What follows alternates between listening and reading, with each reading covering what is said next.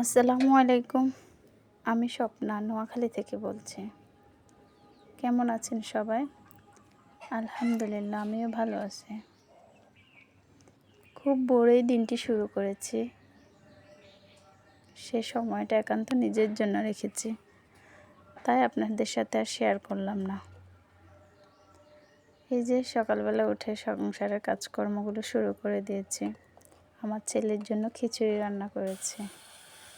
ও এমনিতে ডিম খেতে চায় না, এই জন্য কোনো না কোনো খাবারের সাথে ডিমকে অ্যাড করে দিয়ে ওকে খাওয়াতে হয়।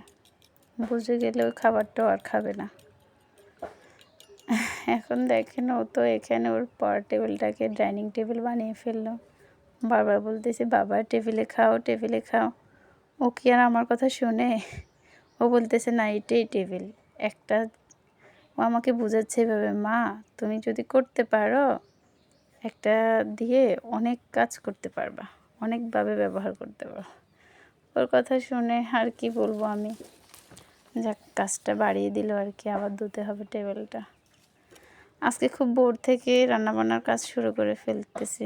সকাল সকাল রান্না শেষ করে ছেলেকে নিয়ে একটু হসপিটালে যাব। কয়েকদিন থেকে ওর গায়ের মধ্যে কী যেন উঠতেছে, ছোট ছোট ক্ষুদ্র ক্ষুদ্র বিচ্ছি। তখন ওকে নিয়ে হসপিটালে যাবো, এই জন্য সকাল সকাল রান্নাটা ছেড়ে ফেলতেছে। এখান থেকে গাছ থেকে আমার লাউ শাক নিয়েছি। লাউ গাছটা আরও অনেক আগেই কেটেই ফেলতাম। বৃষ্টির পরে কী সুন্দর যে নতুন নতুন লাউ শাক বের হচ্ছে, আর কাটতে ইচ্ছে করতেছে না। এই যে নিজের গাছের মরিচ নিচ্ছি। আসলে নিজে কোনো কিছু যদি করি, সেটা যদি ফলটা পাই, কী যে ভালো লাগে। আর নিচে কিছু বেগুন দেখতেছেন, এগুলো আমার জালকে দেওয়ার জন্য নিচ্ছি। আমার যখন মন খারাপ লাগে তখন আমি সবজি বাগানে সময়টা দিই। আমার অনেক ভালো লাগে। আমার কাছে যখন এগুলো করি, এমনিতেই মনটা অনেক আনন্দ প্রফুল্ল হয়েছে। আমরা আর কিছু করি বা না করি, আমাদের নিজেদের জন্য একান্ত কিছু শখের কাজ, যেমন গাছ লাগানো, সেলাই করা, অথবা অন্য কিছু, যেটাই হোক না কেন, আমাদের যে শখের এই ছোটোখাটো জিনিসগুলো এক একজনে এক একটা পছন্দ করে। সংসারের কাজের মাঝে নিজের ভালো থাকাকে খুঁজে নিয়েছি। এখন আলহামদুলিল্লাহ বেশ ভালোই আছি। সংসারের কাজের পাশাপাশি সেলাইয়ের কাজ করে, কাঁথা সেলাই করে, প্রাইভেট পড়াই, ফুল সবজির বাগান করি বলতে করার চেষ্টা করি। আর এই যে এখন আবার ভিডিও বানানো স্টার্ট করতেছি। আমার পাশে একটা ছোট্ট বোন আছে, ওর নাম ফাতেমা। ও আমার সম্পর্কে ফুফাতো ননদ হয়। ও প্রায় বেশিরভাগ সময় আমার কাছেই থাকে। ওকে একটু শাক তুলে দিলাম, তুলে দিয়ে রেডি হয়ে আল্লাহর নাম নিয়ে তাসিনকে নিয়ে বের হয়েছি। আজকে কয়দিন ধরে শরীরটা খারাপ, এই জন্য ওকে নিয়ে হসপিটালে যাব। সবাই আমার ছেলেটার জন্য দোয়া করবেন, ও যাতে ভালো থাকে, সুস্থ থাকে।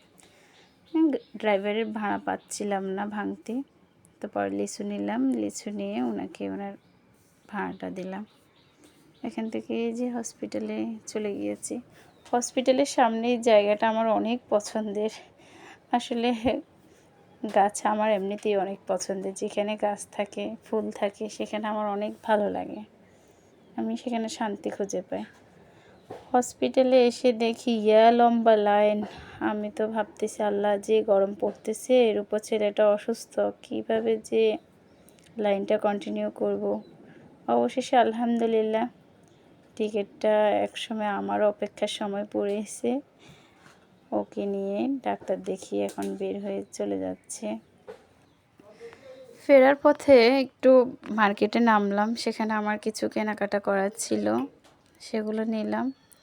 এরপরে মুখের একটা সিরাম খুঁজে পাচ্ছিলাম না, অনেক দোকান ঘোরাঘুরি করে তাসিনটা অনেক, আমার ছেলেটা বিরক্ত হয়ে বলতেছে, মা আজকে আর নিতে হবে না, এটা না নিলে কী হয়, চলো বাড়িতে। ওকে বুঝুম বাজুম বুঝিয়ে অনেক কর্নব্রেস করে তারপর অবশেষে আলহামদুলিল্লাহ এই যে পেলাম। এগুলো নিয়ে মা ছেলে বাড়িতে চলে আসছে। মুদি দোকানেও কিছু কাজ ছিল, ওগুলো সেরে তারপর আসছে। এই যে দুপুরবেলা ব্রেকের পর একটু রেস্ট করে তাসিন ঘুমোচ্ছে, এ ফাঁকে ওর জন্য আমি সিঙ্গারা বানাচ্ছি। বাজারে গিয়েছি আর ও বলছে মা সিঙ্গারা খাবো। আমি ওকে কথা দিয়েছি বাবা মা বাড়িতে গেলে তোমাকে বানিয়ে দেব। আমি ওকে কোনো কথা দিলে সেটা রাখার চেষ্টা করে। আলহামদুলিল্লাহ আমার ছেলেটা আমার কথা শুনে।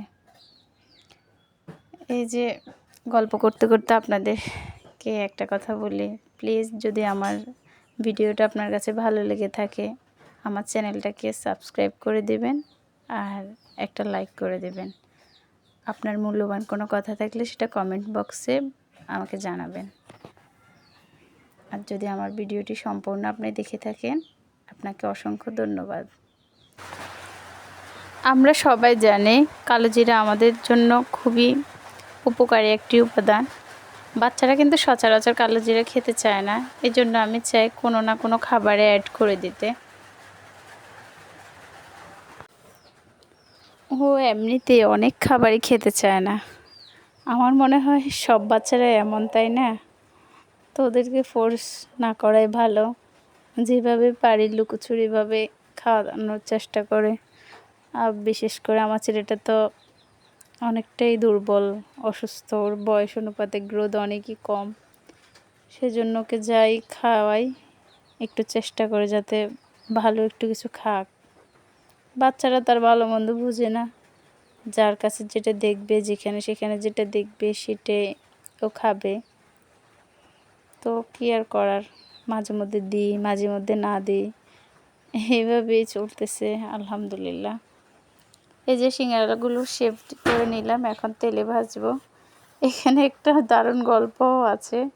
আমি যখন ফার্স্টটা ভাজতে গেছি ওই যে মোবাইলটা হাতে ছিল আর মোবাইলের দিকে তাকাতে তাকাতে আমি ভিডিও করতেছি আর ছাড়তেছি, গরম তেলে আমি হাতটাই পুরো চুবাই দিছি।